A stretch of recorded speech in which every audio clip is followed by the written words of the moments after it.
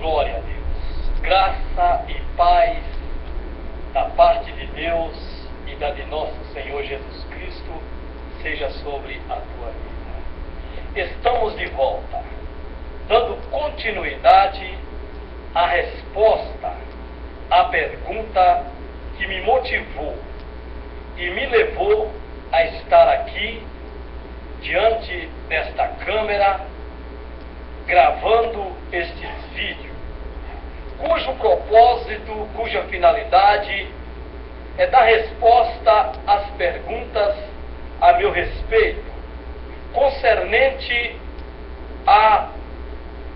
o porquê que o irmão Joel Dilton, este que vos fala, nunca foi visto subir ao altar da congregação de Vila Brasilândia 1, nesta gestão que aí foi deixada há mais de 11 anos.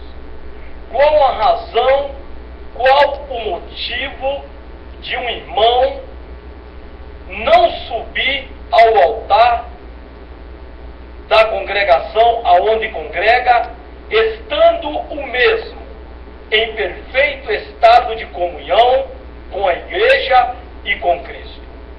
O que leva um pastor de uma igreja a retaliar, a privar, a hostilizar um membro, uma ovelha, sabendo esse pastor do talento, da capacidade que esse irmão possui, a qual ele poderia utilizar na obra de Deus, mas que, por capricho da sua parte, não o faz, deixando o irmão Joel um objeto de pergunta, de questionamento por parte da igreja. Então eu quero continuar dando resposta aos irmãos. E as respostas que eu tenho dado e que eu vou dar, elas são baseadas em acontecimentos, em fatos que aconteceu com o irmão Joel na igreja de Vila Brasilândia 1, na gestão que aí está. Fatos que levou à intensificação da hostilização contra o irmão Joel, de maneira que ele não é utilizado para nada na igreja. Ele é como que se ele não existisse na igreja para o pastor. Por quê? Como suportar isso? Como aguentar tudo isso por tantos anos? Por que continuar numa igreja onde o pastor não tem por você nenhuma estima? Onde o pastor não busca, em hipótese alguma, lembrar de você na igreja? Como aguentar isso? Como suportar tudo isso? No mesmo lugar? Não saindo para outras igrejas? E olha, irmão, você só não me vê nos cultos de terça e nos cultos de quinta-feira, porque eu não vou sair da minha casa para um culto denominado culto de doutrina, para chegar lá, esse culto de doutrina está voltado exclusivamente para o irmão Joel. Eu não vou sair da minha casa para ir para o culto de terça-feira, denominado culto de doutrina, para quando chegar lá, o irmão Joel ser um objeto de inspiração do pastor. Porque, lamentavelmente, irmão, não temos mais culto de doutrina nas nossas igrejas. Nós temos mais um culto de leitura da palavra. Mas não temos o culto de doutrina. Culto de doutrina, irmão, que nós tínhamos, é aquele culto cuja mensagem era uma mensagem preventiva, exortativa. Era uma mensagem que servia de vacinação para curar os que estavam enfermos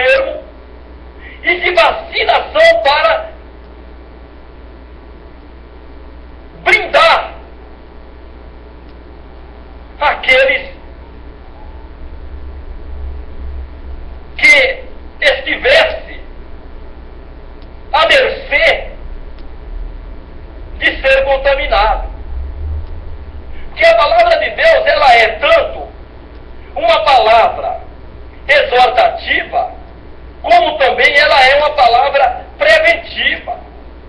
Ela nos ensina a nos precaver, a nos prevenir do pecado. Então, lamentavelmente, o nosso culto de doutrina hoje é mais um culto de leitura da palavra, porque não fala mais no pecado. Nossos cultos de doutrina, irmão, ensinava que pintar cabelo, tingir cabelo, usar pintura, era pecado. Era coisa mundana, era coisa da carne, era vaidade. E Deus confirmava. Havia temor e tremor nos crentes. Os crentes aceitavam a vida natural. Os crentes se aceitavam como era, como são. Não precisava dessas vaidades, dessa descaracterização com que os crentes estão hoje. Tudo descaracterizado. Não são aquilo que de fato se apresenta. Estão tudo maquiado, mascarado. Quem é negro quer ser loira. Quem é loira quer ser morena. Quem é morena quer ser branca. Quem tem os cabelos crespos quer ter cabelo liso. É o que nós estamos vivenciando hoje. E contra todas essas coisas se pregava nos cultos de doutrina. Ensinava aos crentes a aceitar a naturalidade do seu ser. A nos diferenciar do mundo que busca uma outra aparência, uma aparência que a sociedade lhe venha a impor. Mas nós, os crentes, era ensinado pela palavra a aceitar os cabelos brancos, a aceitar o como são, o que somos. Se eu nasci careca, aceitar que eu sou careca. Se eu nasci com cabelos crespos, cabelo que não cresce, eu aceitar e não colocar aqueles cabelos postiços para ficar com os cabelos nos ombros, no caso das mulheres. E no caso dos homens também. Isso hoje não se prega mais. Sabe por quê? Não é porque o pecado deixou de ser pecado, não. Para Deus, não. Para os pastores pode até ter deixado, porque o interesse dos pastores hoje não é com as almas. Eles estão preocupados com aquilo que o povo possa lhe proporcionar. Com a renda. A preocupação hoje é essa. É preocupado com a igreja vizinha. Se vamos perder crente para a igreja vizinha, então nós afrouxamos, fazemos vista grossa e não aceitamos que alguém venha pregar. É o que estamos vivendo hoje. Nós estamos vivendo isso hoje na igreja. Então, de fato, irmão, não existe culto de doutrina. É só no nome. Só no nome. Versículo como: não usará a mulher roupa de homem. E roupa de homem se entendia a calça. Hoje nós vemos as crentes tudo de calça, e calça leg. Até mulher de obreiro, de presbítero, a gente encontra por aí de calças leg. Ninguém quer usar calça frouxa. Ninguém quer usar calça caída, caindo no corpo. Quer usar pegando, colando, para marcar tudo. E hoje nós vemos as crentes tudo dessa maneira. E isso era pregado nos cultos de doutrina, irmão. Sobre cortar cabelo. E Deus honrava, viu, irmão? Deus confirmava todas essas pregações. Viu? Deus confirmava. Mas o dinheiro fala mais alto. Viu? Então, irmão, eu deixei de ir. Mas eu não deixo a minha igreja. Nos cultos de quinta também eu não vou, porque chega lá, um prega, outro prega, um tira oferta, outro tira, menos o irmão Joel. O que eu vou fazer lá? Ser ridicularizado mais do que já sou aos domingos? Não, irmão, não vou. Então, irmão, eu quero aqui continuar lhe dando a resposta. E eu vou começar a expor aqui alguns acontecimentos, alguns fatos que aconteceram, que leva a intensificar-se a hostilidade contra a minha pessoa nessa igreja, que tem servido para aumentar mais ainda a antipatia para com a minha pessoa. Porque, como eu disse, irmãos, eu comento sim daquilo que se comete de errado, de besteira na igreja, e não se retrata. Eu quero aqui, de início, eu quero começar com um fato que aconteceu na festividade das irmãs, na festividade do círculo de oração, agora no mês de março, desse ano de 2015. Eu poderia começar pelo último acontecimento, que foi no culto das crianças. Mas eu quero ficar com o culto das irmãs, porque algo ali vai me abrir a porta para eu continuar relatando os fatos. Culto com as irmãs. No sábado, chegamos na igreja, como sempre. O culto que era para começar no horário já não começou. Não começou no horário. Todo mundo sentado, todo mundo conversando. Eu cheguei, dobrei o joelho, fiz a oração de agradecimento a Deus por ter chegado, levantei e me assentei como todo mundo estava sentado. Até então no altar não tinha ninguém orando. Ninguém orando. Não tinha nem obreiro orando no altar. Até que chegou lá o pastor, começou a orar, os obreiros. Mas a igreja toda sentada, inclusive o conjunto aniversariante. Que lamentavelmente, irmão, nas nossas festas não se ora. Nós temos que admitir isso, aceitar isso que eu estou falando aqui. Aceitar essa crítica com humildade, não buscar me atacar, tentando desfazer a verdade que eu estou falando aqui. Em festividade, o conjunto aniversariante não ora.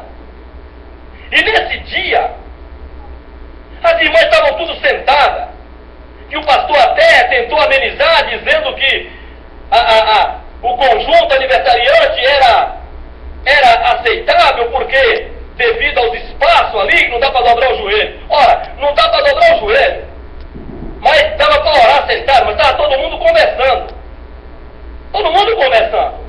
Não estava ali todo mundo sentado reverentemente. Não estava. Então não justifica. Para quem quer que Deus abençoe a festividade, com um jeitinho todo mundo dobrava o joelho. Mas estavam tão preocupados com as roupas que ninguém queria dobrar o joelho. Isso é uma realidade, irmão. Aprenda, aceite isso. Não use o púlpito, o altar para me atacar, sabendo que eu estou falando aqui a verdade. Seja humilde para aceitar e buscar melhorar. E não tentar me atacar, agredir, sabendo que o que eu estou falando aqui é a verdade. Pois bem, o pastor levanta da oração e ele não gosta do que vê. A igreja toda sentada conversando. No entender dele, na porcentagem do pastor, 99% estava sentado, conversando, enquanto que 1% estava orando com ele. Aí o pastor diz o seguinte: irmãos, será que não era preciso que o mosquito da dengue picasse esses 99% de irmãos, para que ficasse todos com dengue, e assim então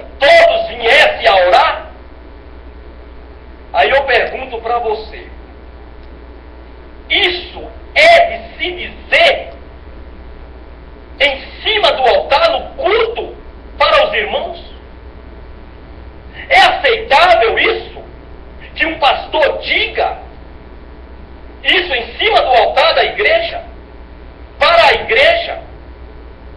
Desejando que 99% dos irmãos ali fossem picados por um mosquito da dengue? Só porque não estava orando com ele? Aí, eu, o irmão Joel, tenho que ouvir isso e tenho que ficar quieto em nome da amizade do pastor, em nome de um cargo, em nome de uma oportunidade de amanhã ser levado ao ministério como obreiro, em nome de ter oportunidades no altar. Eu tenho que ficar calado diante disso? Eu tenho que aceitar isso como normal? Não, irmão, eu não aceito que um pastor de igreja deseje isso para a igreja, só porque os irmãos não estavam orando com ele. Então, irmão, eu critiquei e tenho certeza que chegou ao conhecimento dele. Como os demais fatos que eu estarei relatando aqui, eu sei que tem chegado. Por isso, ele não me tem como amigo. Ele não me tem como um irmão do grupo pelo qual ele tem mais afinidade. Porque ele mesmo disse que tem irmãos aí na igreja de Brasilândia 1, por quem ele tem mais afinidade do que por outros. Mas, diz ele ama a todos. Peraí, aí há uma contradição. Porque a afinidade é por onde gera amor. E o amor não pode ser parcial. O amor que eu tenho pelo um irmão amigo, eu tenho que ter por um inimigo. Eu tenho que amar os meus inimigos com o mesmo amor. Deus amou o mundo. Então, irmão, isso não é de se aceitar. Isso não é normal. Ouvir um pastor falar isso. Não é, irmão. Isso não é normal. Viu? Não é normal isso. Então, irmão, eu ouço isso, essas coisas, e isso me indigna. Isso me deixa indignado. Então eu comento essas coisas. Aí não gostam. Aí você está contra o pastor. Aí você não gosta do pastor. Você não ama o pastor. Entendeu? Você é um crítico. Você é uma pedra. Somos considerados uma pedra do sapato do pastor. Porque ele nos considera. Não é que nós nos fazemos uma pedra. É que somos considerados uma pedra, porque nós não nos adequamos aos caprichos dos pastores. Mas nós nos mantemos adequando-nos à vontade de Deus, que nem sempre é a vontade dos pastores. Eles querem que primeiramente esteja a vontade deles, para depois a de Deus. Então, irmão, eu não aceitei ouvir um negócio desse, irmão. Isso é um absurdo. No domingo, à noite, me veio então o ataque ferrenho contra mim. Como eu disse, que além de ser privado das oportunidades, somando a isso, eu tenho sido atacado sordidamente de cima do altar da igreja. círculo de oração, eu fui atacado de forma cruel. Cruel! Analise comigo. A pregadora, se ela me permite aqui, a irmã Vera, era pregadora do domingo à noite. Ela pregou tudo o que no entender dela, Deus lhe deu para que ela pregasse à igreja. Ela então finaliza. Ela finaliza a mensagem. Só que no entender do pastor, Deus esqueceu de dar um versículo para a irmã pregadora. Deus esqueceu. Que o pastor então diz, esse versículo talvez seja o que a irmã Vera estava querendo ler, mas eu vou ler. Então o pastor vai ler o versículo, que no entender dele, no que ele passou para nós entendermos, Deus esqueceu de dar para a irmã. Porque a irmã pregou tudo. Ela falou tudo aquilo que Deus queria que nós ouvíssemos. Mas no entender do pastor, a mensagem ficou incompleta, precisando ser completada com a leitura, e não só a leitura, como a explicação do versículo.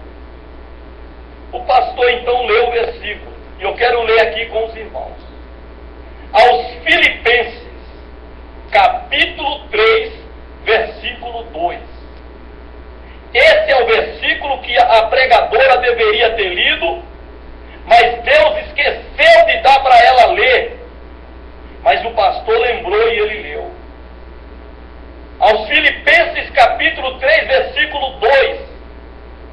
Guardai-vos dos cães, guardai-vos dos maus obreiros, guardai-vos da circuncisão. Mas o pastor abordou aqui a segunda sentença verbal do versículo. Guardai-vos dos maus obreiros. Foi aqui que Deus falhou. Foi aqui que Deus tinha que ter dado para a irmã falar para a igreja, mas Deus se esqueceu. Então o pastor leu e ficou nesta sentença verbal: guardai-vos dos maus obreiros. E aí ele deu a interpretação que, no meu ver, no meu entender, maquiavélica, estapafúrdia, porque teve caráter de atacar-me.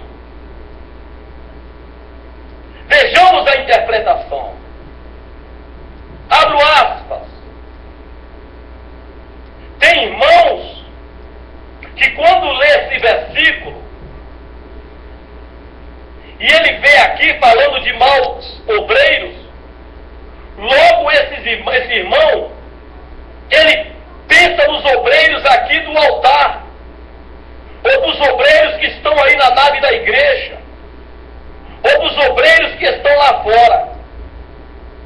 Mas o versículo aqui, dizia o pastor, interpretava o pastor, está falando de maus obreiros.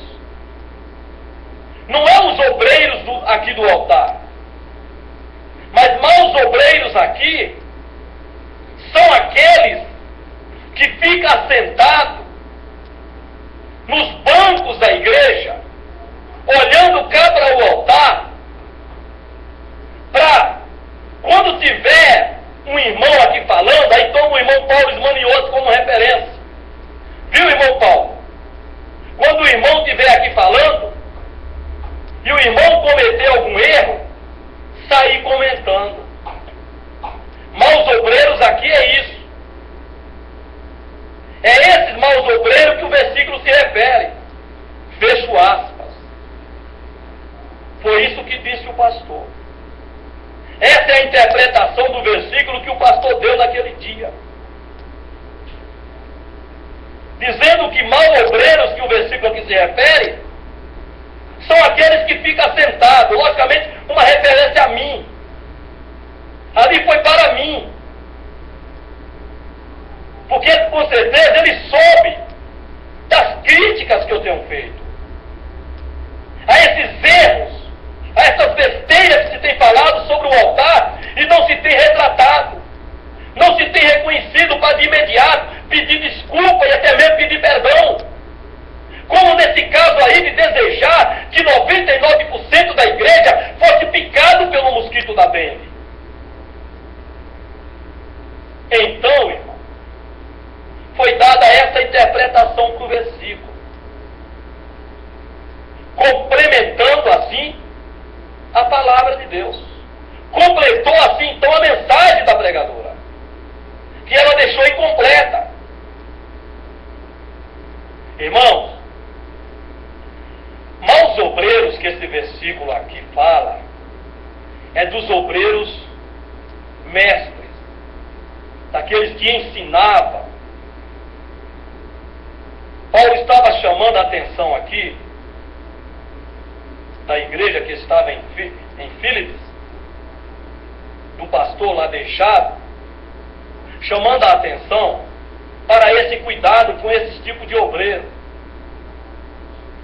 Obreiros que ensinavam a palavra de Deus, de modo a desviar o povo, a levar o povo a errar.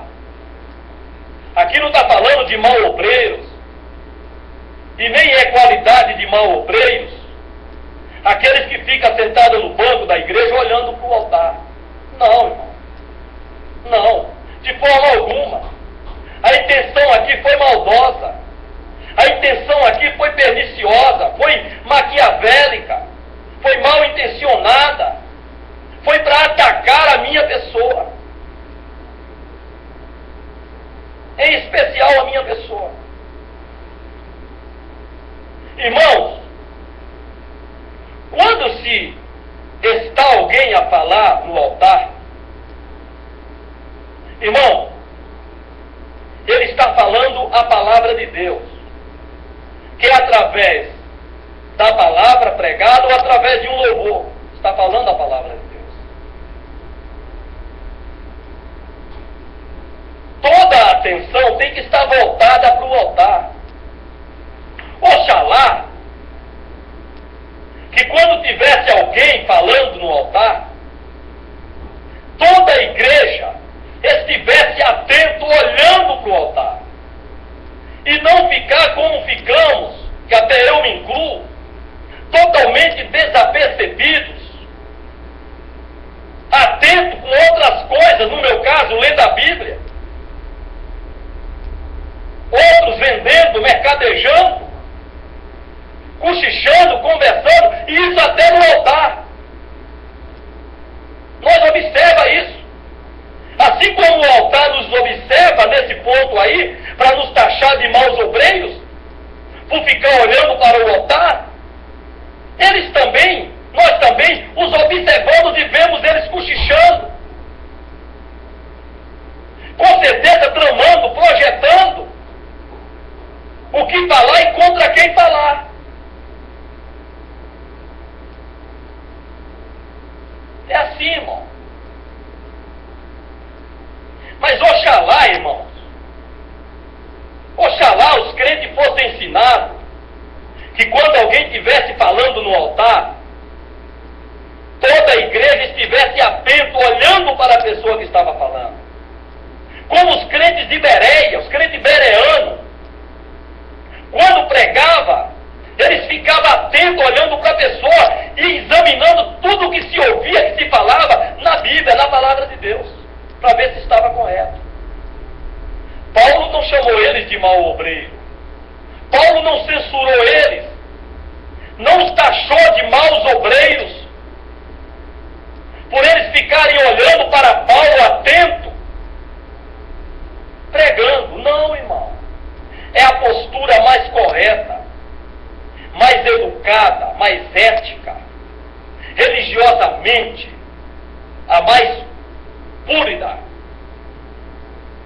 é você ficar olhando para o altar, olhando para a pessoa. Esse negócio de ficar de olho fechado, como quem estivesse numa espiritualidade, isso é hipocrisia. Viu? Esse negócio de fechar os olhos, como quem está ali em espírito, em oração. Não, irmão, isso é covardia. A postura mais educada quando alguém está conversando ali a palavra de Deus é você ficar olhando para ele, para ela, dando atenção, não ficar de olho fechado. Será que quando alguém, um amigo seu, ou alguém está conversando com você, você fecha o olho? Lógico que não. Você fica olhando para a pessoa.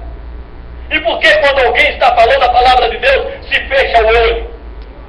Isso não é espiritualidade, isso não é qualidade de pessoa espiritual. Não, irmão. Isso é covardia, isso é medo. De olhar nos olhos do pregador e ele ser usado por Deus para falar algo para você. Apesar que hoje em dia não se fala mais de Deus, se fala mais do homem para o homem. As profecias hoje é mais umas verdadeiras profetadas do que propriamente profecia. Eu lembro que teve um presbítero aí na nossa igreja que as 3 oportunidades que ele teve para pregar no culto, as 3 últimas oportunidades que ele pregou em nosso culto aí, ele entregou uma profecia para o pastor em cada um dos cultos. Uma profecia para o pastor. Parece que entregar uma profecia para o pastor é mandamento. E quando se entrega uma profecia para a igreja, tem que terminar a profecia do pastor.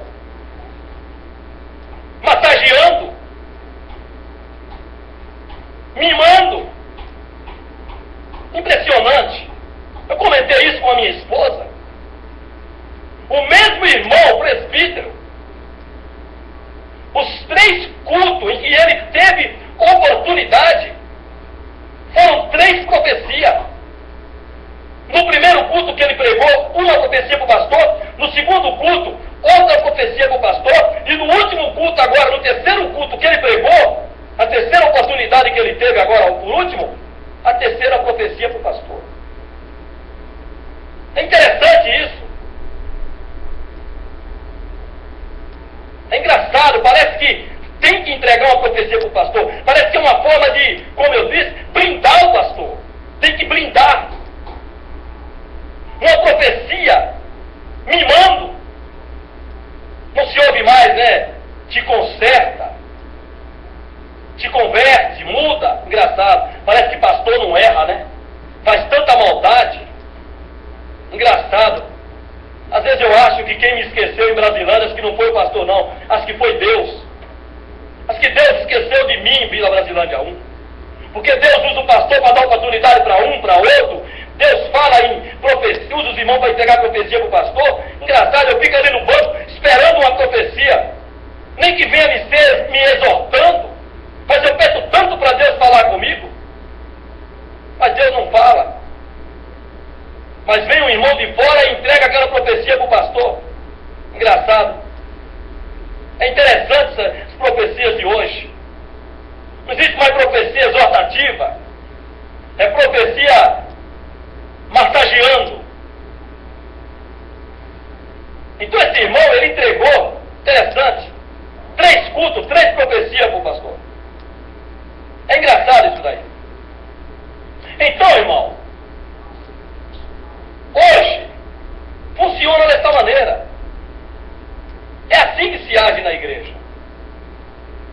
Então, irmão, maus obreiros, em que a Bíblia se refere,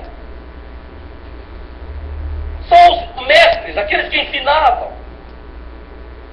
E não o irmão que fica olhando para o altar. Não, irmão. Deveríamos, os pastores, estimular os crentes a ficar olhando para o pregador, olhando para o altar. Ninguém vem na igreja, irmão, para ficar sentado no banco, olhando para o altar, para ver se alguém ali vai errar, para depois sair falando. Não, irmão, de maneira nenhuma, de modo algum, irmão. Agora, altar, quem tem a oportunidade para falar no altar, tem que tomar cuidado com o que vai falar. Porque você está falando à igreja, para a igreja. Então você tem que tomar cuidado. Você que está sempre em cima do altar pregando, tome cuidado. Se você errar, se você cometer alguma besteira, estamos sujeitos. Procure reconhecer de imediato, antes de descer do altar, e se retrate com a igreja.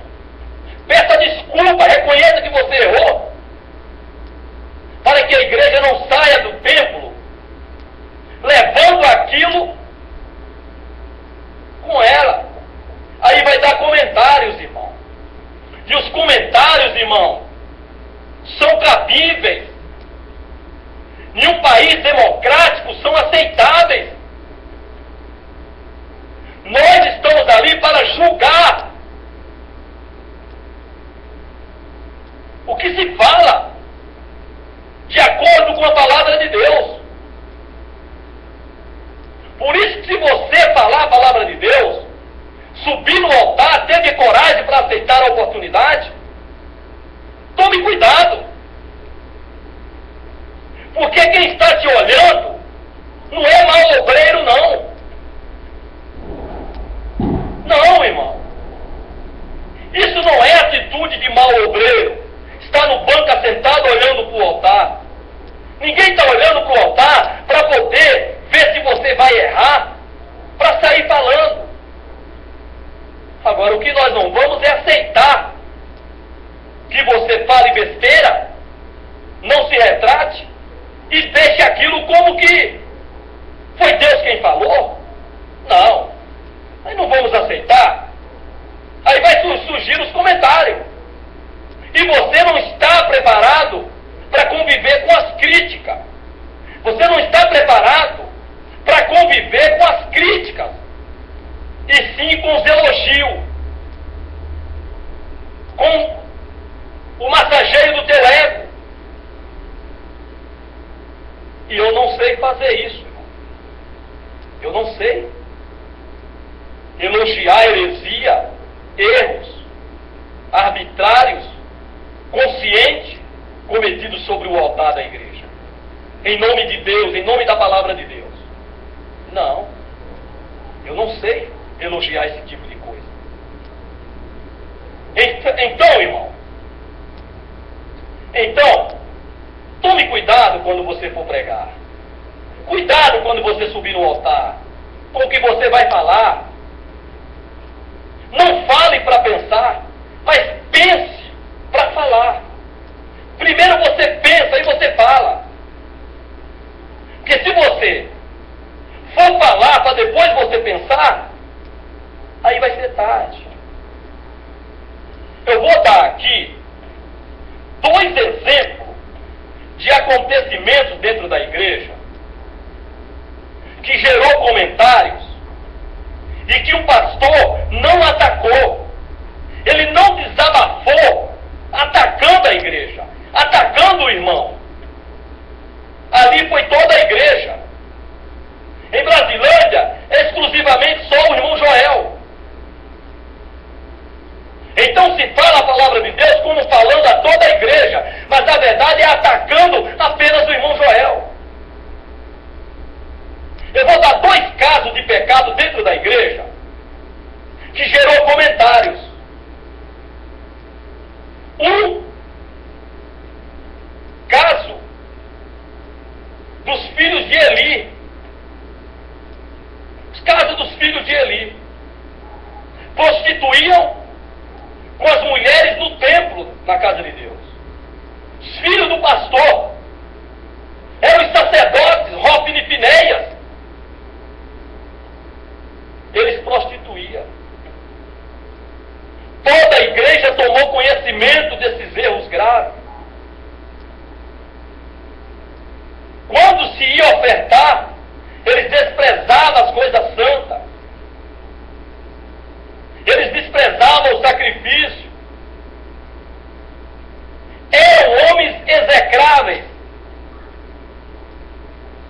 filho do pastor Eli. Toda a igreja tomou conhecimento. Aí começou o falatório, as críticas a essas atitudes, a esses erros não retratados. Chegou o conhecimento do pastor Eli, o comentário do povo contra os seus filhos. Eli não atacou, não se vingou contra os judeus, contra Israel, não, irmão. Pelo contrário, ele chamou seus filhos e falou com eles que não era boa fama o que ele estava ouvindo dos seus filhos, que eles estavam fazendo o povo de Israel errar.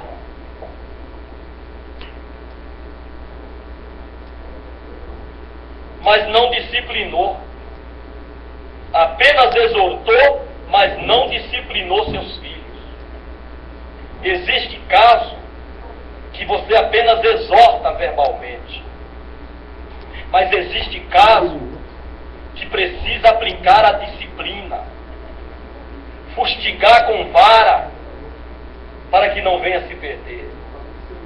Nesse caso, não bastava apenas exortar verbalmente.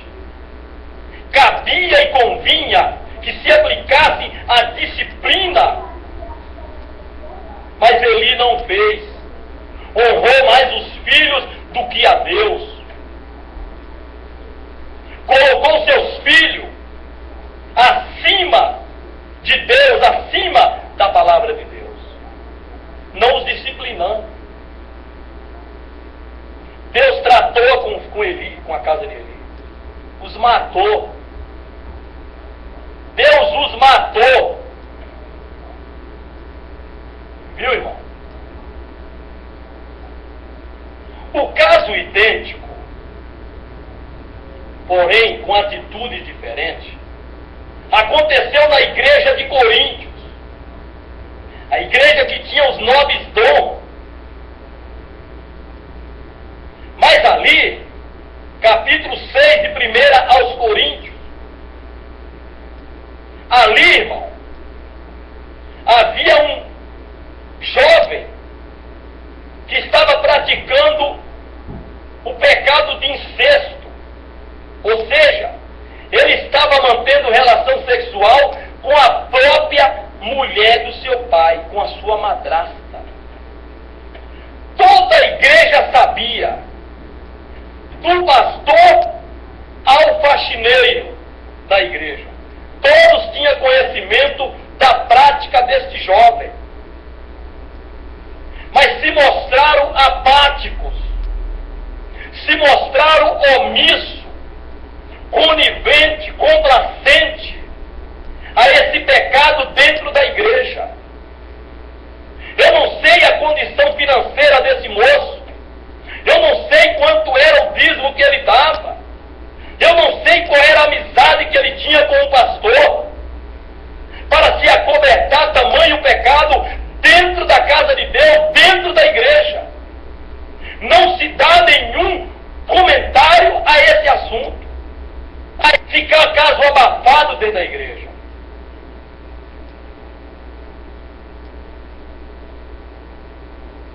Mas alguém tomou coragem e levou o caso para Paulo. Paulo tomou providência, mesmo a distante, ao longe, por escrito, através de uma carta ao pastor, dizendo que ao menos a igreja tinha se entristecido em saber que o tal não havia sido tirado do meio deles, mas estavam inchados. Fermento, ele não cresce. Fermento não faz a massa crescer. O fermento, ele faz a massa inchar. Fermento incha, fermento não cresce.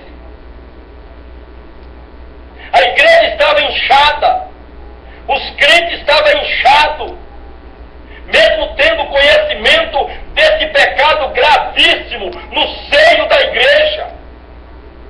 Os obreiros estavam todos envolvidos, todos cúmplices, coniventes, omissos, e o pecado e a omissão, ela é pecado. Oh, meu Deus! Aqui em Coríntios, diante de um pecado desse, fornicação, um jovem solteiro com uma mulher casada, fornicação. Aqui, a igreja fez silêncio. Esse é o silêncio que os pastores querem que se faça diante dos erros, das besteiras que se cometem em cima do altar da igreja. É esse silêncio que eles querem. É esse silêncio que eles querem do irmão Joel. Para serem amigos, se tornar amigo, para ter oportunidade, para exercer funções, para ser até levado posteriormente, talvez, ao ministério. É esse silêncio que os pastores clamam, que se faça silêncio diante do pecado. Paulo censurou a igreja de Coríntio, censurou ao ministério ali daquela igreja,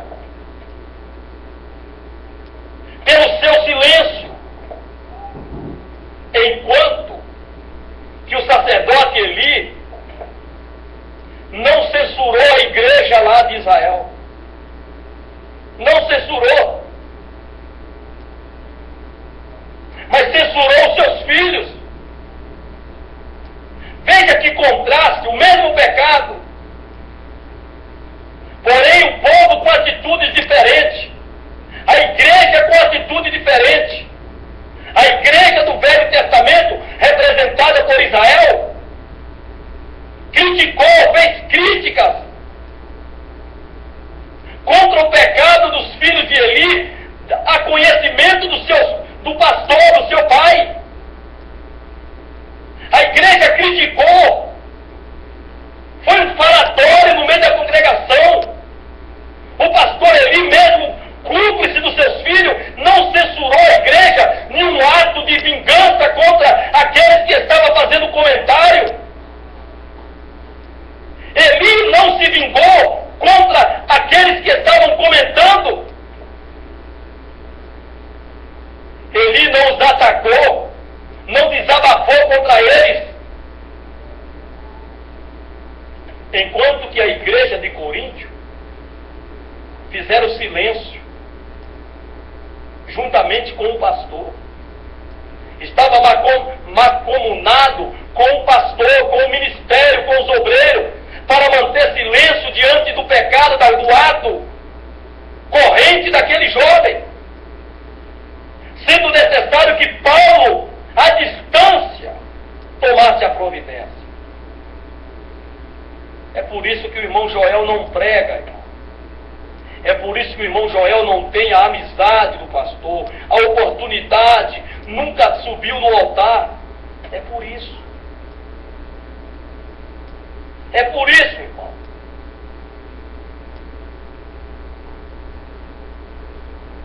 Não é qualidade de mau obreiro ficar sentado no banco da igreja olhando para o altar. Porque não estamos ali para buscar erro em quem vai falar. Mas se você errar, se retrate. Seja humilde para pedir desculpa, pedir perdão para a igreja. Queridos, que Deus nos abençoe. Aí está o ataque que eu tenho sofrido por não me silenciar diante do pecado, diante dos erros.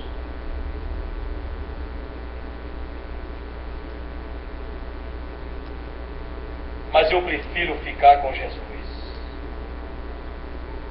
Que Deus vos abençoe. Que Deus vos guarde. Continue comigo.